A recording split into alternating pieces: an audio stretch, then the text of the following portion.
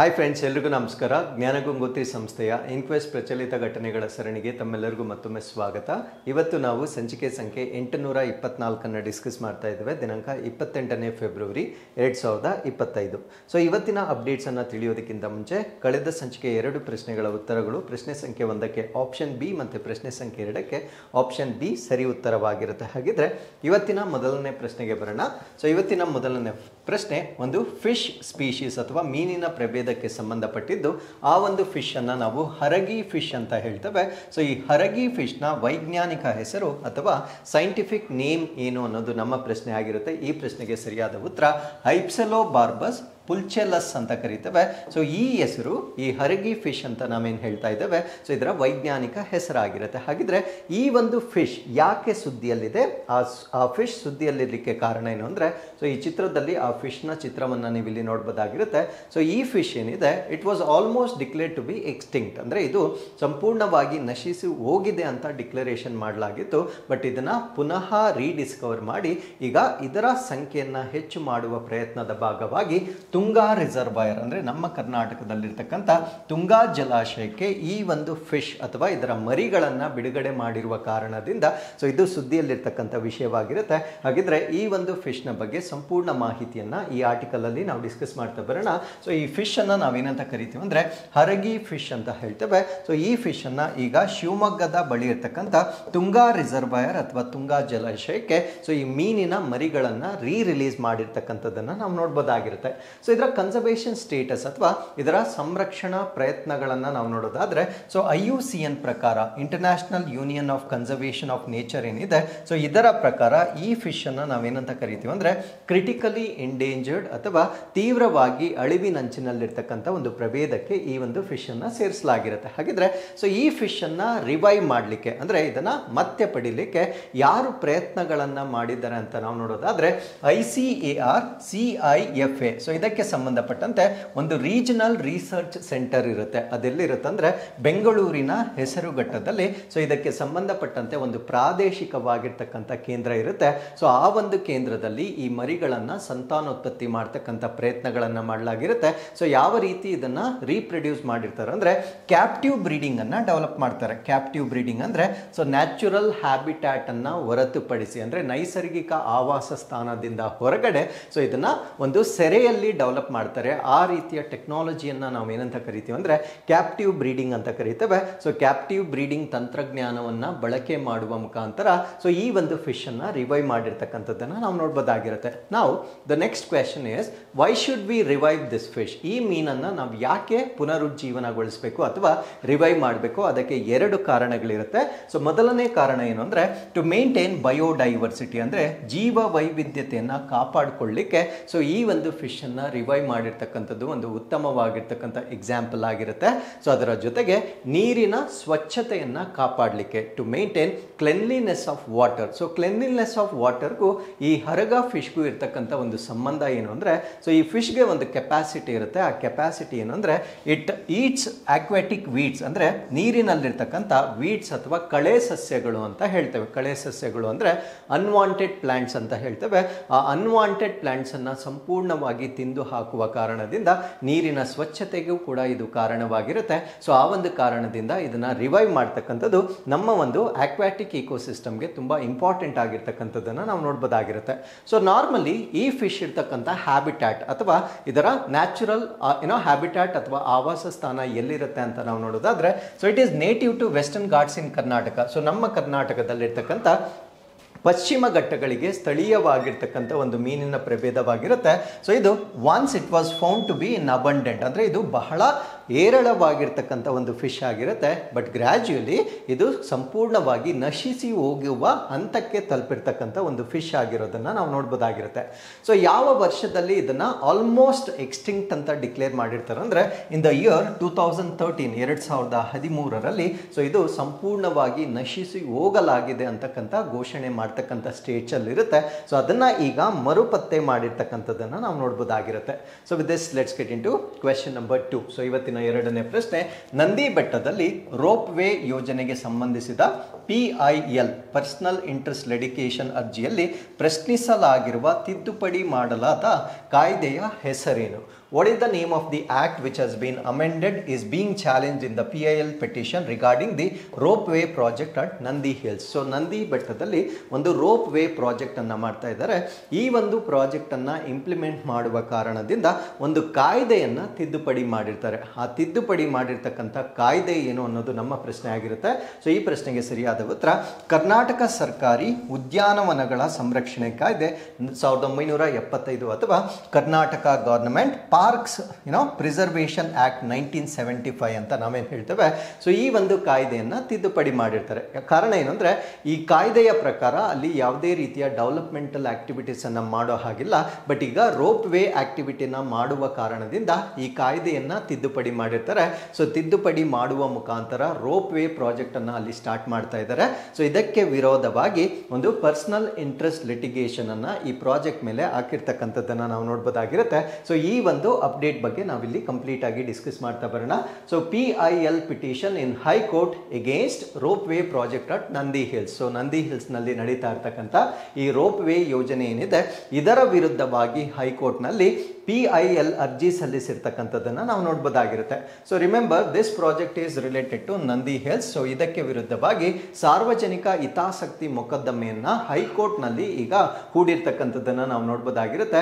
So ಈ ಒಂದು petition ಅನ್ನ ಯಾರು ಸಬ್ಮಿಟ್ ಮಾಡಿದ್ದಾರೆ ಅಂತ ನಾವು ನೋಡೋದಾದ್ರೆ ಯೂನಿವರ್ಸಲ್ ಹ್ಯೂಮನ್ ರೈಟ್ಸ್ ಫೌಂಡೇಶನ್ ಇದಿರ್ತಕ್ಕಂಥದ್ದು ಬೆಂಗಳೂರಿನಲ್ಲಿರ್ತಕ್ಕಂಥ ಯೂನಿವರ್ಸಲ್ ಹ್ಯೂಮನ್ ರೈಟ್ಸ್ ಫೌಂಡೇಶನ್ ಏನಿದೆ ಸೊ ಇವರ ವತಿಯಿಂದ ಈ ಪರ್ಸನಲ್ ಇಂಟ್ರೆಸ್ಟ್ ಲಿಟಿಗೇಷನ್ ಅನ್ನ ಹೈಕೋರ್ಟ್ ಅಲ್ಲಿ ಹಾಕಿರ್ತಕ್ಕಂಥದ್ದನ್ನು ನಾವು ನೋಡ್ಬೋದಾಗಿರುತ್ತೆ. ಸೊ ಇದರ ಮುಂದುವರೆದ ಭಾಗವನ್ನು ನಾವಿಲ್ಲಿ ನೋಡೋದಾದ್ರೆ the high court of Karnataka has asked the state government to respond to the PIL. So ಇವಾಗ ಏನು ಅರ್ಜಿಯನ್ನು ಅವ್ರು ಹಾಕಿರ್ತಾರೆ ಸೊ ಅದಕ್ಕೆ ಹೈಕೋರ್ಟ್ ಏನು ಮಾಡಿರುತ್ತೆ ಅಂದ್ರೆ ಕರ್ನಾಟಕ ಸರ್ಕಾರಕ್ಕೆ ಅದಕ್ಕೆ ಪ್ರತಿಕ್ರಿಯೆ ನೀಡುವಂತೆ ಸೂಚನೆ ಮಾಡಿರ್ತಕ್ಕಂಥದ್ದನ್ನು ನಾವು ನೋಡ್ಬೋದಾಗಿರುತ್ತೆ. ಸೊ ಇವರು ಏನನ್ನ ಚಾಲೆಂಜ್ ಮಾಡಿದ್ದಾರೆ ಸೊ ಇದನ್ನ ನಾನು ಆಲ್ರೆಡಿ ಪ್ರಶ್ನೆಯಲ್ಲಿ ಹೇಳಿದ್ದೇನೆ. ಸೊ ಈ ಪಿಟಿಷನ್ ಅಲ್ಲಿ ಅವರು ಚಾಲೆಂಜ್ ಮಾಡಿರ್ತಕ್ಕಂಥದ್ದು ಏನು ಅಂದ್ರೆ ಕರ್ನಾಟಕ ಗವರ್ನಮೆಂಟ್ ಪಾರ್ಕ್ಸ್ ಆಕ್ಟ್ 1975 ಅಥವಾ ಕರ್ನಾಟಕ ಸರ್ಕಾರಿ ಉದ್ಯಾನಗಳ ಸಂರಕ್ಷಣೆ ಕಾಯ್ದೆ 1975ಕ್ಕೆ ಏಪ್ರಿಲ್ 2024ರಲ್ಲಿ ಒಂದು ತಿದ್ದುಪಡಿ ಮಾಡ್ತಾರೆ. ಅಂದ್ರೆ ಲಾಸ್ಟ್ ಇಯರ್ ಏಪ್ರಿಲ್ ತಿಂಗಳಲ್ಲಿ ಇದಕ್ಕೊಂದು ತಿದ್ದುಪಡಿ ಮಾಡ್ತಾರೆ. ಆ ತಿದ್ದುಪಡಿಯನ್ನ ಪ್ರಶ್ನಿಸಿ ಈಗ ಅರ್ಜಿಯನ್ನ ಸಲ್ಲಿಸಿರ್ತಕ್ಕಂಥದ್ದನ್ನ ನಾವು ನೋಡ್ಬೋದಾಗಿರುತ್ತೆ. ಏನ್ ತಿದ್ದುಪಡಿ, ಯಾವ ರೀತಿ ಇವರು ಅಮೆಂಡ್ಮೆಂಟ್ ಅನ್ನ ಮಾಡ್ಕೊಂಡಿದ್ರು ಅಂತ ನಾವು ನೋಡೋದಾದ್ರೆ amendment allows the use of 2 acres of land at Nandi Hills for upper terminal project of the ropeway project on the public private partnership model for 30 years. ಅಂದ್ರೆ ಇವರು ಮಾಡಿಕೊಂಡಿರ್ತಕ್ಕಂಥ ತಿದ್ದುಪಡಿ ಏನು ಅಂದ್ರೆ ನಂದಿ ಬೆಟ್ಟದಲ್ಲಿ 2 ಎಕರೆ ಭೂಮಿಯನ್ನ ಸಾರ್ವಜನಿಕ ಖಾಸಗಿ ಪಾಲುದಾರಿಕೆ ಮಾದರಿಯಲ್ಲಿ 30 ವರ್ಷಗಳ ಕಾಲ ರೋಪ್ವೇ ಯೋಜನೆಯ ಅಪ್ಪರ್ ಟರ್ಮಿನಲ್ ಪಾಯಿಂಟ್ ಏನಿರುತ್ತೆ ಸೊ ಅದಕ್ಕೆ ಬಳಕೆ ಮಾಡ್ಕೊಳ್ಳಿಕ್ಕೆ ಅನುಮತಿಯನ್ನ ಕೊಟ್ಟಿರ್ತಾರೆ. It's very simple. ಅಲ್ಲಿರ್ತಕ್ಕಂಥ 2 acres ಆಫ್ ಲ್ಯಾಂಡ್ ನಲ್ಲಿ ರೋಪ್ವೇ ಪ್ರಾಜೆಕ್ಟ್ ಅನ್ನ ನಿರ್ಮಾಣ ಮಾಡಲಿಕ್ಕೆ ಪಬ್ಲಿಕ್ ಮತ್ತು ಪ್ರೈವೇಟ್ ಪಾರ್ಟ್ನರ್ಶಿಪ್ ನಲ್ಲಿ ಮುಂದಿನ 30 ವರ್ಷಗಳಿಗೆ ಸೊ ಅಲ್ಲಿರ್ತಕ್ಕಂಥ 2 ಎಕರೆ ಜಮೀನನ್ನ ಬಳಕೆ ಮಾಡ್ಕೊಳ್ತಕ್ಕಂಥ ಒಂದು ತಿದ್ದುಪಡಿಯನ್ನ ಮಾಡ್ಕೊಂಡಿರ್ತಾರೆ. ಸೊ ಈ ತಿದ್ದುಪಡಿಯನ್ನ ಪ್ರಶ್ನಿಸಿ ಈಗ ಸಾರ್ವಜನಿಕ ಹಿತಾಸಕ್ತಿ ಮೊಕದ್ದಮೆಯನ್ನ ಹೂಡಿರ್ತಕ್ಕಂಥದ್ದನ್ನ ನಾವು ನೋಡ್ಬೋದಾಗಿರುತ್ತೆ. ಸೊ ಇದರಿಂದ ಆಗ್ತಕ್ಕಂಥ ಎನ್ವೈರನ್ಮೆಂಟಲ್ ಕನ್ಸರ್ನ್ಸ್ ಏನು, ಯಾವ ಕಾರಣಕ್ಕಾಗಿ ರೋಪ್ ವೇ ಪ್ರಾಜೆಕ್ಟ್ ಅನ್ನ ನಾವು ತಡಿಬೇಕು, ಅದಕ್ಕೆ ರೀಸನ್ ಇರಬೇಕು. ಆ ರೀಸನ್ ಏನು ಅಂದ್ರೆ ಸೊ ಇಲ್ಲಿ the petitioner argues that diversion of Nandi Hills land for ropeway project will affect the biodiversity of the area. ಅಂದ್ರೆ ಅಲ್ಲಿರ್ತಕ್ಕಂಥ ಒಂದು ನ್ಯಾಚುರಲ್ ಲ್ಯಾಂಡ್ಸ್ಕೇಪ್ ಏನಿರುತ್ತೆ ಸೊ ಅದನ್ನ ಬೇರೊಂದು ಪರ್ಪಸ್ಗೆ ಡೈವರ್ಟ್ ಮಾಡುವ ಮುಖಾಂತರ ಅಲ್ಲಿರ್ತಕ್ಕಂಥ ಜೀವ ವೈವಿಧ್ಯತೆಯ ನಷ್ಟ ಆಗುತ್ತೆ ಅಂತಕ್ಕಂಥದ್ದು ಸೊ ಮೊಕದ್ದಮೆ ಹೂಡಿರ್ತಕ್ಕಂಥವ್ರು ಹೇಳ್ತಾ ಇರ್ತಕ್ಕಂಥ ಮೊದಲನೇ ರೀಸನ್ ಆಗಿರುತ್ತೆ. And the petition seeks a direction from the court to set up a panel of experts to assess. ಅಂದ್ರೆ ಅಲ್ಲೇ ಆಗ್ತಕ್ಕಂಥ ಒಂದು ಎನ್ವೈರನ್ಮೆಂಟಲ್ ಡ್ಯಾಮೇಜ್ ಏನಿದೆ ಆ ಡ್ಯಾಮೇಜ್ ಅನ್ನ ಅಸೆಸ್ ಮಾಡಲಿಕ್ಕೆ ಒಂದು ಎಕ್ಸ್ಪರ್ಟ್ಸ್ ಅಥವಾ ತಜ್ಞರ ಒಂದು ಸಮಿತಿಯನ್ನ ಮಾಡಬೇಕಂತ ಸೊ ಈ ಒಂದು ಅರ್ಜಿಯ ಮುಖಾಂತರ ಅವರು ಸಲ್ಲಿಸಿರ್ತಕ್ಕಂಥದ್ದನ್ನು ನಾವು ನೋಡ್ಬೋದಾಗಿರುತ್ತೆ. ಸೊ ಈ ಪ್ರಾಜೆಕ್ಟ್ ಡೀಟೇಲ್ಸ್ ಅಥವಾ ಯೋಜನೆಯ ವಿವರಗಳನ್ನು ನಾವು ನೋಡೋದಾದ್ರೆ it aims to improve connectivity and attract more tourist. Obviously ಇದು ಸಂಪರ್ಕವನ್ನು ಹೆಚ್ಚು ಮಾಡುತ್ತೆ. ಸೊ ಈ ರೀತಿಯ ರೋಪ್ ವೇ ಪ್ರಾಜೆಕ್ಟ್ಗಳು ಬಂದಾಗ ಅಲ್ಲಿ ವಿಸಿಟ್ ಮಾಡ್ತಕ್ಕಂಥ ಪ್ರವಾಸಿಗರು ಕೂಡ ಹೆಚ್ಚಾಗ್ತಾರೆ. ಸೊ ಅದರಿಂದ ಕರ್ನಾಟಕದ ಕರ್ನಾಟಕದಲ್ಲಿ ಟೂರಿಸಂ ಇಂಪ್ರೂವ್ ಆಗುತ್ತೆ ಅನ್ನೋ ಕಾರಣದಿಂದ ಸೊ ಈ ಒಂದು ಪ್ರಾಜೆಕ್ಟ್ಗೆ ಗ್ರೀನ್ ಸಿಗ್ನಲ್ ಕೊಟ್ಟಿರ್ತಕ್ಕಂಥದ್ದನ್ನು ನಾವು ನೋಡ್ಬೋದಾಗಿರುತ್ತೆ. So with this let's get into question number 3. So ಭಾರತದ ಅತಿ ದೊಡ್ಡ ಗ್ರೀನ್ ಫೀಲ್ಡ್ ದೇಶೀಯ ಸರಕು ಟರ್ಮಿನಲ್ ಅನ್ನು ಎಲ್ಲಿ ಪ್ರಾರಂಭಿಸಲಾಗಿದೆ? Whereas India's largest greenfield domestic cargo terminal been launched. So ನಾನು ಮಾತಾಡ್ತಾ ಇರ್ತಕ್ಕಂಥದ್ದು ಒಂದು ಗ್ರೀನ್ ಫೀಲ್ಡ್ ಆಗಿರುತ್ತೆ ಮತ್ತು ಸ್ಥಳೀಯವಾಗಿ ಅಂದರೆ ನಮ್ಮ ದೇಶೀಯವಾಗಿ ಸರಕನ್ನು ಸಾಗಣೆ ಮಾಡಲಿಕ್ಕೆ ನಮ್ಮ ಭಾರತ ದೇಶದಲ್ಲಿಯೇ ಅತಿ ದೊಡ್ಡ ಗ್ರೀನ್ ಫೀಲ್ಡ್ ದೇಶೀಯ ಸರಕು ಟರ್ಮಿನಲ್ ಅನ್ನು ಎಲ್ಲಿ ಪ್ರಾರಂಭಿಸಲಾಗಿದೆ ಅನ್ನೋದು ನಮ್ಮ ಪ್ರಶ್ನೆ ಆಗಿರುತ್ತೆ. ಈ ಪ್ರಶ್ನೆಗೆ ಸರಿಯಾದ ಉತ್ತರ ಕೆಂಪೇಗೌಡ ಅಂತಾರಾಷ್ಟ್ರೀಯ ವಿಮಾನ ನಿಲ್ದಾಣ ಬೆಂಗಳೂರು ಅಥವಾ ಕೆಂಪೇಗೌಡ ಇಂಟರ್ನ್ಯಾಷನಲ್ ಏರ್ಪೋರ್ಟ್ ಬೆಂಗಳೂರಿನಲ್ಲಿ ಸೊ ಇದನ್ನ ಲಾಂಚ್ ಮಾಡಿರ್ತಕ್ಕಂಥದ್ದನ್ನ ನಾವು ನೋಡ್ಬೋದಾಗಿರುತ್ತೆ. ಸೊ ಇದನ್ನ ನಾವೇನಂತ ಕರಿತೀವಿ ಅಂದ್ರೆ India's largest green field domestic cargo terminal ಅಥವಾ ಭಾರತ ದೇಶದ ಅತಿ ದೊಡ್ಡ ಗ್ರೀನ್ ಫೀಲ್ಡ್ ದೇಶೀಯ ಸರಕು ಟರ್ಮಿನಲ್ ಅಂತ ಕರಿತೇವೆ. ಸೊ ಇದನ್ನ ಈಗ ಉದ್ಘಾಟನೆ ಮಾಡಿರ್ತಕ್ಕಂಥದ್ದನ್ನ ನಾವು ನೋಡ್ಬೋದಾಗಿರುತ್ತೆ. ಸೊ ಎಲ್ಲಿ ಉದ್ಘಾಟನೆ ಮಾಡಿರ್ತಾರೆ ಅಂದ್ರೆ ಕೆಂಪೇಗೌಡ ಇಂಟರ್ನ್ಯಾಷನಲ್ ಏರ್ಪೋರ್ಟ್ ನಲ್ಲಿ ಇದನ್ನ ಉದ್ಘಾಟನೆ ಮಾಡಿರ್ತಾರೆ. ಸೊ ಇದನ್ನ ಯಾಕೆ ನಾವು ಲಾರ್ಜೆಸ್ಟ್ ಅಂತ ಕರಿತೀವಿ ಅಂದ್ರೆ ಬಿಕಾಸ್ ಆಫ್ ಇಟ್ಸ್ ಕೆಪಾಸಿಟಿ, ಅಂದ್ರೆ ಅದು ಎಷ್ಟು ಸರಕುಗಳನ್ನು ಒಂದು ದಿವಸದಲ್ಲಿ ಹ್ಯಾಂಡಲ್ ಮಾಡುತ್ತೆ. ಸೊ ಅದು ಭಾರತ ದೇಶದಲ್ಲಿ ಅತಿ ಹೆಚ್ಚಾಗಿರುವ ಕಾರಣದಿಂದ ಸೊ ಇದನ್ನು ನಾವು ಬಿಗ್ಗೆಸ್ಟ್ ಅಂತ ಹೇಳ್ತಕ್ಕಂಥದ್ದನ್ನು ನಾವು ನೋಡ್ಬೋದಾಗಿರುತ್ತೆ. ಹಾಗಿದ್ರೆ ಇದರ ಡೈಮೆನ್ಷನ್ಸ್ ಏನಿದೆ, ಎಷ್ಟು ಜಾಗದಲ್ಲಿ ಇದನ್ನು ಡೆವಲಪ್ ಮಾಡಿದ್ದಾರೆ ಅಂತ ನಾವು ನೋಡೋದಾದ್ರೆ 2,45,000 ಸ್ಕ್ವೇರ್ ಫೀಟಲ್ಲಿ ಇದನ್ನು ಡೆವಲಪ್ ಮಾಡಿರ್ತಾರೆ. ಸೊ ಅದ್ರ ಜೊತೆಗೆ ಕಟಿಂಗ್ ಏಜ್ ಟೆಕ್ನಾಲಜಿ ಅಥವಾ ಆಧುನಿಕವಾಗಿರ್ತಕ್ಕಂಥ ತಂತ್ರಜ್ಞಾನಗಳನ್ನೆಲ್ಲ ಸೊ ಈ ಒಂದು ಮೂಲ ಸೌಕರ್ಯಗಳಲ್ಲಿ ಬಳಕೆ ಮಾಡಿರ್ತಕ್ಕಂಥದ್ದನ್ನು ನಾವು ನೋಡ್ಬೋದಾಗಿರುತ್ತೆ. ಸೊ ಅದರ ಜೊತೆಗೆ ರಿಯಲ್ ಟೈಮ್ ಶಿಪ್ಮೆಂಟ್ ಟ್ರ್ಯಾಕಿಂಗ್ ಅಂದ್ರೆ ನಾವು ಅವ್ರು ಏನು ವಸ್ತುಗಳನ್ನು ಸಾಗಣೆ ಮಾಡ್ತಾ ಇದ್ದಾರೆ ಅದನ್ನ ನೈಜ ಸಮಯದಲ್ಲಿ ಯಾವ ಪಾಯಿಂಟ್ ಇಂದ ಯಾವ ಪಾಯಿಂಟ್ಗೆ ಅದು ಮೂವ್ ಆಗ್ತಾ ಇದೆ ಅಂತಕ್ಕಂಥ ಡೇಟಾವನ್ನ ಕೂಡ ಸೊ ಇಲ್ಲಿ ಒದಗಿಸ್ತಕ್ಕಂಥ ಒಂದು ಸಾಫ್ಟ್ವೇರ್ ಅನ್ನ ಕೂಡ ಡೆವಲಪ್ ಮಾಡಿರ್ತಾರೆ. ಸೊ ಅದ್ರ ಜೊತೆಗೆ ಡೇಟಾವನ್ನ ಅನಾಲಿಸಿಸ್ ಮಾಡ್ತಕ್ಕಂಥ ಟೂಲ್ಸ್ ಅನ್ನ ಡೆವಲಪ್ ಮಾಡಿರ್ತಾರೆ. And enhanced communication system integrated with bar code ಮತ್ತೆ QR ಕೋಡ್. ಸೊ ಆ ಒಂದು ಪ್ರಾಡಕ್ಟ್ಸ್ ಗಳಲ್ಲಿ ಬಾರ್ ಕೋಡ್ಗಳನ್ನ ಮತ್ತು QR ಕೋಡ್ಗಳನ್ನ ಬಳಕೆ ಮಾಡುವ ಮುಖಾಂತರ ಸೊ ಈ ಒಂದು ಕಮ್ಯುನಿಕೇಶನ್ ಸಿಸ್ಟಮ್ ಏನಿದೆ ಅಂದರೆ ಸಂವಹನ ವ್ಯವಸ್ಥೆ ಏನಿದೆ ಸೊ ಅದನ್ನು ಕೂಡ ಉತ್ತಮವಾಗಿ ಗೊಳಿಸಿರ್ತಕ್ಕಂಥ ಒಂದು ವ್ಯವಸ್ಥೆಯಾಗಿ ನಾವು ಇದನ್ನು ಕನ್ಸಿಡರ್ ಮಾಡಬಹುದಾಗಿರುತ್ತೆ. ಸೊ ಅದರ ಜೊತೆಗೆ ಇದರ ಹ್ಯಾಂಡ್ಲಿಂಗ್ ಕೆಪಾಸಿಟಿ ಎಷ್ಟು ಅಂದರೆ ಎಷ್ಟು ಸರಕನ್ನು ಇದು ಹ್ಯಾಂಡಲ್ ಮಾಡ್ತಕ್ಕಂಥ ಒಂದು ಕೆಪಾಸಿಟಿ ಇರುತ್ತೆ ಅಂದರೆ the peak handling capacity of approximately 3,60,000 metric tons with a potential to expand to 4 lakh metric tons. ಅಂದರೆ ಅದರ ಪೀಕ್ ಕೆಪಾಸಿಟಿ, ಪೀಕ್ ಅಂದರೆ ಅತ್ಯುನ್ನತವಾಗಿರ್ತಕ್ಕಂಥ ಒಂದು ಸಾಮರ್ಥ್ಯವನ್ನು ನಾವು ಚೆಕ್ ಮಾಡೋದಾದರೆ 3,60,000 ಮೆಟ್ರಿಕ್ ಟನ್ಗಳನ್ನು ಹ್ಯಾಂಡಲ್ ಮಾಡ್ತಕ್ಕಂಥ ಕೆಪಾಸಿಟಿ ಇರುತ್ತೆ. ಸೊ ಈ ಕೆಪಾಸಿಟಿಯನ್ನು 4 ಲಕ್ಷ ಮೆಟ್ರಿಕ್ ಟನ್ವರೆಗೂ ಎಕ್ಸ್ಪ್ಯಾಂಡ್ ಮಾಡ್ತಕ್ಕಂಥ ಒಂದು ಸಾಮರ್ಥ್ಯವನ್ನು ಕೂಡ ಈ ಫೆಸಿಲಿಟಿ ಹೊಂದಿರುವ ಕಾರಣದಿಂದ ಸೊ ಇದನ್ನು ನಾವು ವರ್ಲ್ಡ್ಸ್ ಬಿಗ್ಗೆಸ್ಟ್ ಇಂಡಿಯಾಸ್ ಬಿಗ್ಗೆಸ್ಟ್ ಅಂತ ನಾವು ಹೇಳ್ಬೋದಾಗಿರುತ್ತೆ. ಸೊ ಇಲ್ಲಿ ಇದನ್ನ ಯಾಕೆ ಗ್ರೀನ್ ಫೀಲ್ಡ್ ಅಂತ ಕರಿತೇವೆ ಅಥವಾ ಎನ್ವೈರನ್ಮೆಂಟಲ್ ರೆಸ್ಪಾನ್ಸಿಬಿಲಿಟಿ ಅಥವಾ ಪರಿಸರದ ಜವಾಬ್ದಾರಿಗಳನ್ನು ಕೂಡ ಸೊ ಈ ಒಂದು ಮೂಲ ಸೌಕರ್ಯ ಡೆವಲಪ್ ಮಾಡುವ ಸಮಯದಲ್ಲಿ ಅವರು ಕನ್ಸಿಡರ್ ಮಾಡಿರ್ತಾರೆ. ಸೊ ಯಾವ ರೀತಿ ಅಂತ ನಾವು ನೋಡೋದಾದ್ರೆ so commitment to the sustainable growth by integrating eco friendly practices. Eco friendly ಅಂದ್ರೆ ಪರಿಸರ ಸ್ನೇಹಿ ಆಗಿರ್ತಕ್ಕಂಥ ಕೆಲವೊಂದು ಅಭ್ಯಾಸಗಳನ್ನ ಮಾಡುವ ಮುಖಾಂತರ ಸುಸ್ಥಿರ ಬೆಳವಣಿಗೆಯ ಬದ್ಧತೆಯನ್ನ ಈ ಒಂದು ಮೂಲ ಸೌಕರ್ಯಗಳನ್ನ ಡೆವಲಪ್ ಮಾಡ್ತಕ್ಕಂಥ ಸಮಯದಲ್ಲಿ so they have made sure that it is sustainably developed. ಅದರ ಜೊತೆಗೆ operational efficiency and environmental responsibility ಅಂದರೆ ಅದರ ದಕ್ಷತೆ ಆಗಿರ್ಬೋದು. ದಕ್ಷತೆ ಇನ್ ದ ಸೆನ್ಸ್ ಕಡಿಮೆ ಎನರ್ಜಿಯನ್ನು ಬಳಸಿಕೊಂಡು ಹೆಚ್ಚಿನ ಕೆಲಸವನ್ನು ಮಾಡ್ತಕ್ಕಂಥದ್ದು, ಅದನ್ನು ನಾವು ಎಫಿಷಿಯನ್ಸಿ ಅಥವಾ ದಕ್ಷತೆ ಅಂತ ಕರಿತೇವೆ. ಸೊ ಅದರ ಜೊತೆಗೆ ಎನ್ವೈರನ್ಮೆಂಟಲ್ ಕ್ರೈಟೀರಿಯಾ ಏನಿರುತ್ತೆ ಅಂದರೆ ಪರಿಸರದ ಜವಾಬ್ದಾರಿಯ ಮಾನದಂಡಗಳೇನಿರ್ತವೆ ಸೊ ಅದನ್ನೂ ಕೂಡ ಇಲ್ಲಿ ನಿಗದಿಪಡಿಸಿರುವ ಕಾರಣದಿಂದ ಸೊ ಇದನ್ನು ನಾವು ಪರಿಸರ ಜವಾಬ್ದಾರಿಯುತವಾಗಿ ಮಾಡಿರ್ತಕ್ಕಂಥ ಮೂಲ ಸೌಕರ್ಯ ಅಂತ ಹೇಳಲಾಗ್ತಾ ಇದೆ. ಸೊ ಇದರ ಸಿಗ್ನಿಫಿಕೆನ್ಸ್ ಅಥವಾ ಮಹತ್ವವೇನು ಅಂತ ನಾವು ನೋಡೋದಾದ್ರೆ ಇದು ಕೆಂಪೇಗೌಡ ಇಂಟರ್ನ್ಯಾಷನಲ್ ಏರ್ಪೋರ್ಟ್ ಏನಿದೆ ಸೊ ಅದರ ಹ್ಯಾಂಡ್ಲಿಂಗ್ ಕೆಪಾಸಿಟಿಯನ್ನು ಇನ್ಕ್ರೀಸ್ ಮಾಡುತ್ತೆ. ಸೊ ಅದರಿಂದ ಇದೊಂದು ಕೀ ಪ್ಲೇಯರ್ ಆಗುತ್ತೆ, ಅಂದ್ರೆ ವಸ್ತುಗಳನ್ನ ಸಾಗಣೆ ಮಾಡ್ತಕ್ಕಂಥ ವಿಷಯದಲ್ಲಿ ಇದು ಪ್ರಮುಖ ಪಾತ್ರ ವಹಿಸ್ತಕ್ಕಂಥದ್ದನ್ನ ನಾವು ನೋಡಬಹುದಾಗಿರುತ್ತೆ. ಸೊ ಅದ್ರ ಜೊತೆಗೆ ಕೆಂಪೇಗೌಡ ಇಂಟರ್ನ್ಯಾಷನಲ್ ಏರ್ಪೋರ್ಟ್ ಏನಿದೆ it is already largest exporter of mangoes. So ಮಾವಿನ ಹಣ್ಣನ್ನ ಎಕ್ಸ್ಪೋರ್ಟ್ ಮಾಡ್ತಕ್ಕಂಥ ಒಂದು ಲಾರ್ಜೆಸ್ಟ್ ಏರ್ಪೋರ್ಟ್ ಆಗಿ ನಾವು ಇದನ್ನ ಕನ್ಸಿಡರ್ ಮಾಡ್ತೇವೆ. ಅದ್ರ ಜೊತೆಗೆ ಕೋರಿಯಂಡರ್ ಕೂಡ, ಕೊತ್ತಂಬರಿ, ಅದ್ರ ಜೊತೆಗೆ various other perishable goods. Perishable ಅಂದ್ರೆ ಹಾಳಾಗ್ತಕ್ಕಂಥ ಒಂದು ಉತ್ಪನ್ನಗಳೇನಿರ್ತವೆ ಸೊ ಇದನ್ನ ಎಕ್ಸ್ಪೋರ್ಟ್ ಮಾಡ್ತಕ್ಕಂಥ one of the largest airports of India ಅಂತ ನಾವು ಕನ್ಸಿಡರ್ ಮಾಡಲಾಗುತ್ತೆ. ಸೊ ಈಗ ಈ ಒಂದು ಗ್ರೀನ್ ಫೀಲ್ಡ್ ಡೊಮೆಸ್ಟಿಕ್ ಕಾರ್ಗೋವನ್ನು ಡೆವಲಪ್ ಮಾಡಿರುವ ಕಾರಣದಿಂದ ಸೊ ಈ ಒಂದು ಕೆಪಾಸಿಟಿ ಇನ್ನೂ ಕೂಡ ಹೆಚ್ಚಾಗ್ತಕ್ಕಂಥದ್ದನ್ನು ನಾವಿಲ್ಲಿ ಗಮನಿಸಬಹುದಾಗಿರುತ್ತೆ.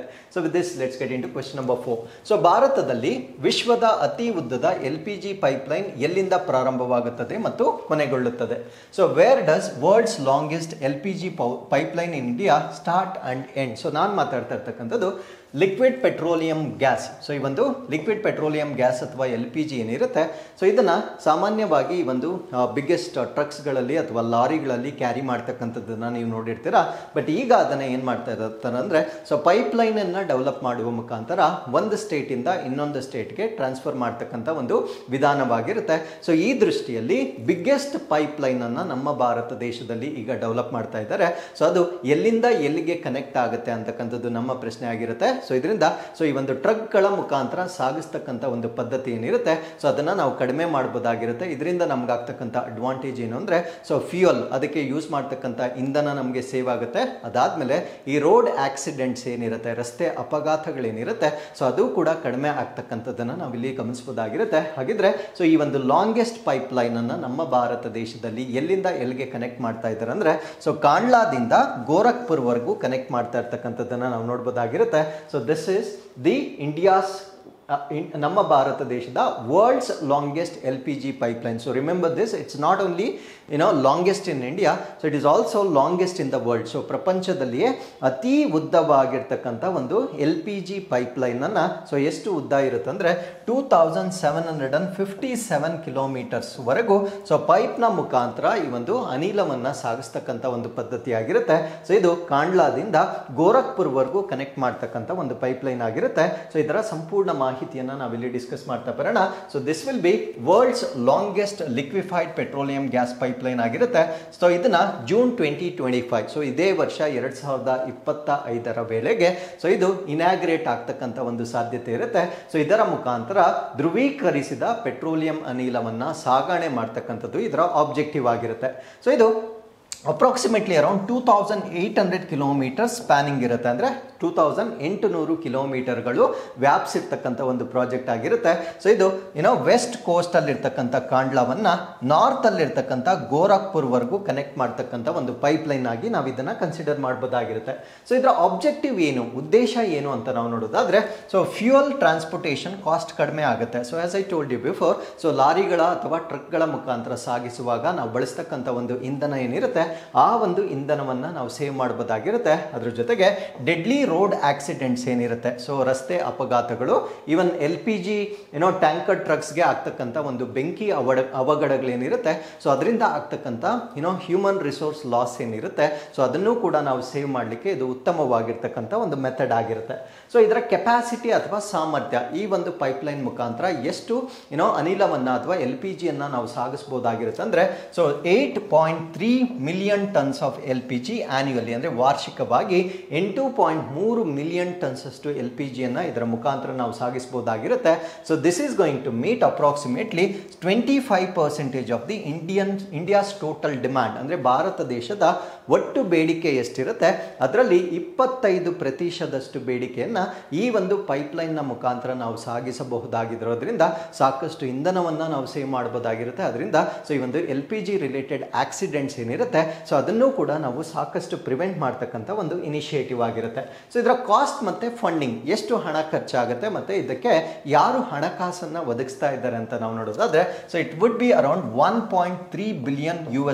ಸೊ ಇದನ್ನು ಕಂಪ್ಲೀಟ್ ಮಾಡಲಿಕ್ಕೆ $1.3 ಬಿಲಿಯನ್ ಅಷ್ಟು ಹಣವನ್ನು ಇಲ್ಲಿ ಸ್ಪೆಂಡ್ ಮಾಡಬೇಕಾಗಿರುತ್ತೆ. ಸೊ ಇದು ಒಂದು ಜಾಯಿಂಟ್ ವೆಂಚರ್ ಅಲ್ಲಿ ಇದನ್ನು ಡೆವಲಪ್ ಮಾಡ್ತಾ ಇದ್ದಾರೆ. ಜಾಯಿಂಟ್ ವೆಂಚರ್ ಅಂದರೆ ಒಂದು ಜಂಟಿ ಉದ್ಯಮವಾಗಿ ಇದನ್ನು ಡೆವಲಪ್ ಮಾಡ್ತಾ ಇದ್ದಾರೆ. ಸೊ ಯಾರ್ಯಾರು ಇದರಲ್ಲಿ ಪಾರ್ಟಿಸಿಪೇಟ್ ಆಗಿರ್ತಾರೆ ಅಂತ ನಾವು ನೋಡೋದಾದ್ರೆ, Indian oil corporation, Bharat petroleum corporation ಮತ್ತೆ ಹಿಂದೂಸ್ತಾನ್ ಪೆಟ್ರೋಲಿಯಂ ಕಾರ್ಪೊರೇಷನ್. ಸೊ ಈ ಮೂರು ಕಂಪನೀಸ್ ಏನಿರ್ತವೆ, ಸೊ ಈ ಮೂರು ಜಂಟಿಯಾಗಿ ಜಂಟಿಯಾಗಿ ಪಾಲುದಾರಿಕೆಯನ್ನು ಹೊಂದುವ ಮುಖಾಂತರ ಸೊ ಈ ಒಂದು ವರ್ಲ್ಡ್ಸ್ ಲಾಂಗೆಸ್ಟ್ LPG ಪೈಪ್ಲೈನ್ ಅನ್ನ ನಮ್ಮ ಭಾರತ ದೇಶದಲ್ಲಿ by June this year, so it is going to be inaugurated in India. So ಅದಾದ್ಮೇಲೆ ಇದರ ಫೇಸಸ್ ಮತ್ತೆ ಟೈಮ್ ಲೈನ್, ಹಂತಗಳು ಮತ್ತೆ ಕಾಲಮಿತಿಯನ್ನು ನಾವು ನೋಡೋದಾದ್ರೆ, first phase of the pipeline will be commissioned in March 2025. So ಇದರ ಮೊದಲ ಹಂತವು ಮಾರ್ಚ್ 2025ರಲ್ಲಿ ಕಾರ್ಯಾರಂಭಗೊಳ್ತಕ್ಕಂಥದ್ದನ್ನು ನಾವು ನೋಡ್ಬೋದಾಗಿರುತ್ತೆ. ಸೊ ಎಂಟೈರ್ ಪೈಪ್ಲೈನ್ ಅನ್ನ so mid line of 2025, so approximately as we discussed before, so ಈ ವರ್ಷದ ಜೂನ್ ವೇಳೆಗೆ ಸೊ ಇದನ್ನ ಸಂಪೂರ್ಣವಾಗಿ ಕಾರ್ಯರೂಪಕ್ಕೆ ಬರ್ತಕ್ಕಂಥ ಸಾಧ್ಯತೆಯನ್ನ ನಾವಿಲ್ಲಿ ಗಮನಿಸಬಹುದಾಗಿರುತ್ತೆ. ಸೊ ಅದಾದ್ಮೇಲೆ ಇದರಿಂದ ಆಗ್ತಕ್ಕಂಥ ಒಂದು ಸೇಫ್ಟಿ ಮತ್ತೆ ಎನ್ವೈರನ್ಮೆಂಟಲ್ ಇಂಪ್ಯಾಕ್ಟ್ಸ್ ಗಳನ್ನ ನಾವು ನೋಡೋದಾದ್ರೆ it contributes to lower carbon emission, ಅಂದ್ರೆ ಅತಿ ಕಡಿಮೆ ಇಂಗಾಲದ ಒಂದು ಹೊರಸೂಸುವಿಕೆಯನ್ನು ನಾವಿಲ್ಲಿ ಎಕ್ಸ್ಪೆಕ್ಟ್ ಮಾಡಬಹುದಾಗಿರುತ್ತೆ. ಬಿಕಾಸ್ ಟ್ರಕ್ಗಳ ಮುಖಾಂತರ ನಾವು ಸಾಗಣೆ ಮಾಡದೇ ಇಲ್ದಿರುವ ಕಾರಣದಿಂದ ಈ ಗ್ರೀನ್ ಹೌಸ್ ಗ್ಯಾಸಸ್ ಅನ್ನ ನಾವು ಕಡಿಮೆ ಮಾಡಬಹುದಾಗಿರುತ್ತೆ. ಸೊ ಅದರಿಂದ ರೋಡ್ ಟ್ರಾನ್ಸ್ಪೋರ್ಟೇಷನ್ ಅಥವಾ ರಸ್ತೆ ಮಾರ್ಗದ ಮುಖಾಂತರ ವಸ್ತುಗಳನ್ನ ಸಾಗಣೆ ಮಾಡ್ತಕ್ಕಂಥ ಒಂದು ಡಿಪೆಂಡೆನ್ಸಿ ಏನಿರುತ್ತೆ, ಆ ಡಿಪೆಂಡೆನ್ಸಿಯನ್ನ ಈ ಒಂದು ಇನಿಷಿಯೇಟಿವ್ ಮುಖಾಂತರ ನಾವು ಕಡಿಮೆ ಮಾಡಬಹುದಾಗಿರುತ್ತೆ. So with this let's get in to question number 5.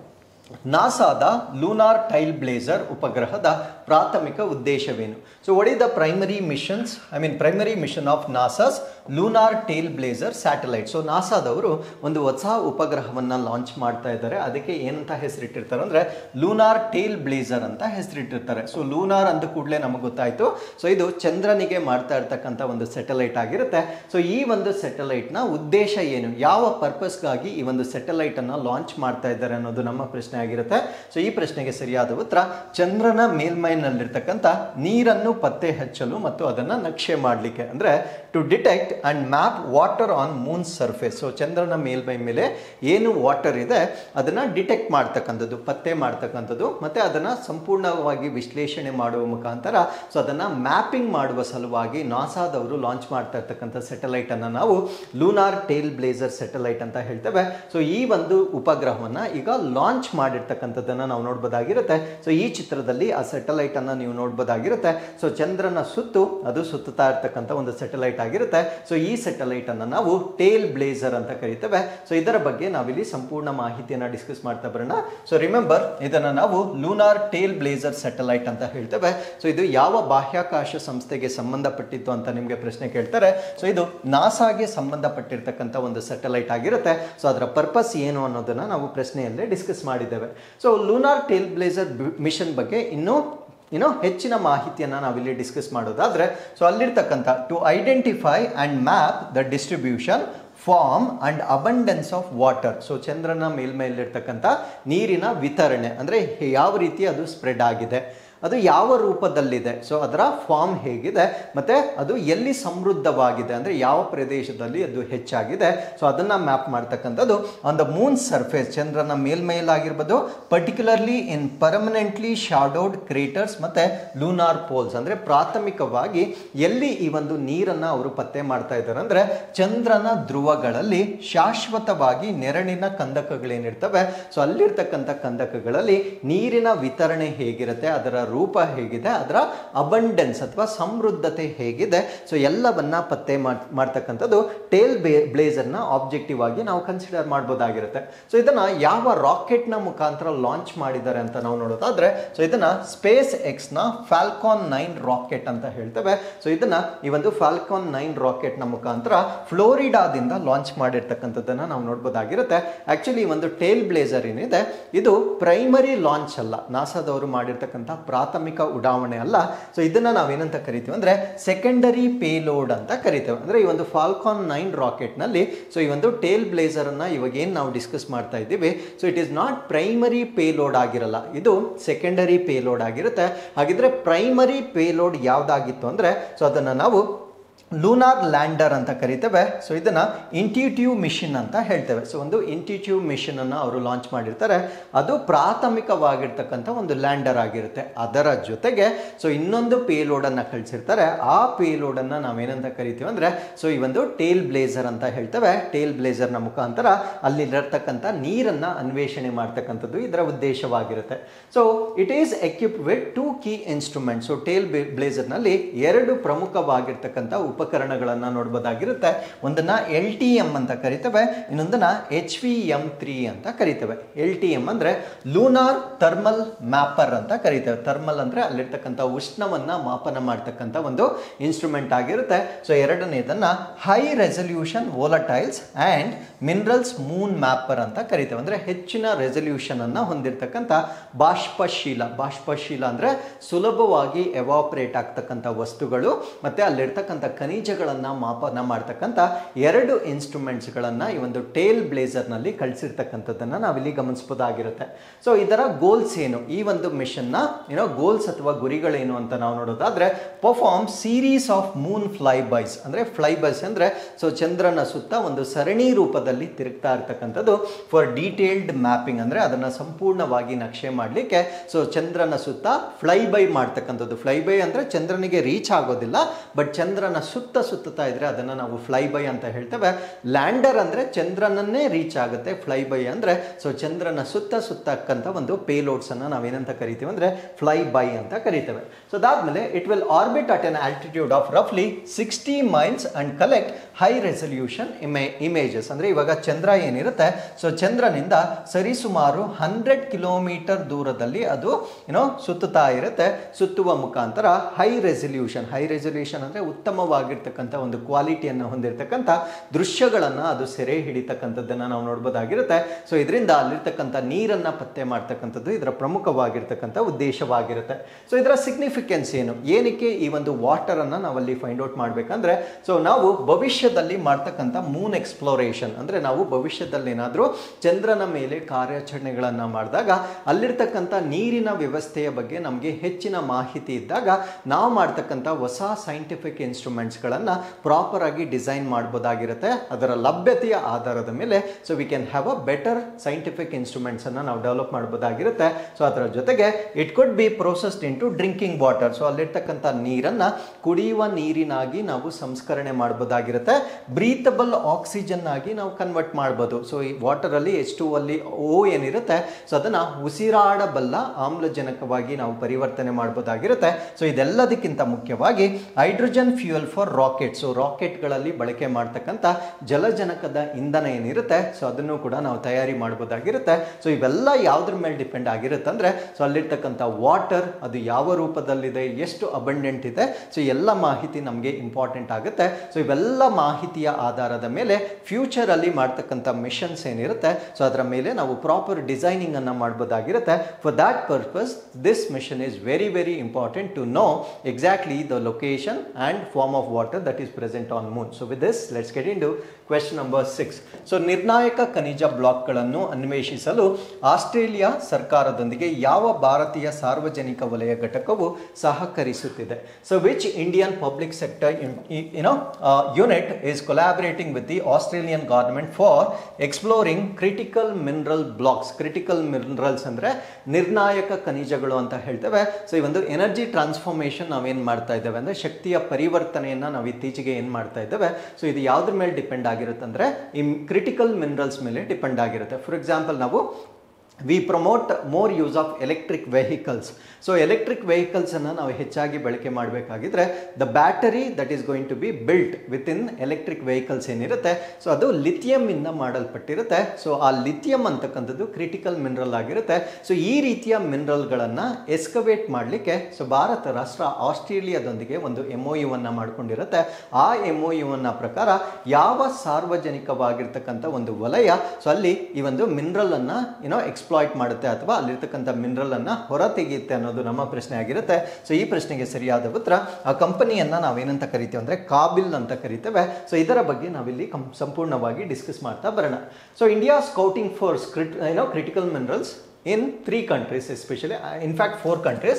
One is Congo, Zambia, Tanzania ಮತ್ತು ಆಸ್ಟ್ರೇಲಿಯಾ. ಸೊ ಈ 4 ರಾಷ್ಟ್ರಗಳಲ್ಲಿ ಯಾಕಂದರೆ so India has technology, they have resources. So ಅದರಿಂದ so it is a collaboration, it's like win win situation. So ಅವ್ರಿಗೆ ನಾವು ಮಿನರಲ್ಸನ್ನು ಅಲ್ಲಿಂದ ತೆಗಿತಕ್ಕಂಥ ಒಂದು ಎಲ್ಲ ವ್ಯವಸ್ಥೆಗಳನ್ನು ಮಾಡಿಕೊಡ್ತೇವೆ.